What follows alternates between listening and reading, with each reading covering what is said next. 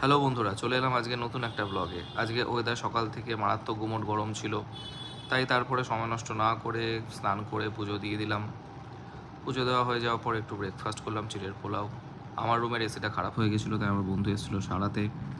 তারপর বাগানে চলে গেলাম বাবা আর আমি কয়েকটা আম কুড়োনোর জন্য। আমগুলো অলরেডি কয়েকটা নিচে পড়েছিল, কিছু আম গাছে ঝুলছিল, তো বাবা লোভ সামলাতে না পেরে কিছু পারলো। দিয়ে বাবা বললো গাছে চড়ি, গাছে চড়ে আরও উপর থেকে ভালো কয়েকটা আম পাড়া যাবে। তাই সময় নষ্ট না করে তিরিং বিরিং করে বাবা উঠে পড়লো গাছে ছোটোবেলার মতো। এই আমগুলো ড্রপ খেয়ে পড়ছে। কিছু আম পাড়া হলো, খুব একটা বেশি না, 10-15টা মতো। দেখতেই পাচ্ছ আমগুলো নিয়ে ঘরের দিকে যাচ্ছি। এবারে এই গ্যারেজে দুটো গাড়ি পড়ে পড়ে নষ্ট হচ্ছে। লাঞ্চ করতে বসে পড়লাম। মা আমাকে ডিম দিতে গিয়ে ডিমটা ড্রপ খেয়ে পড়ে গেল।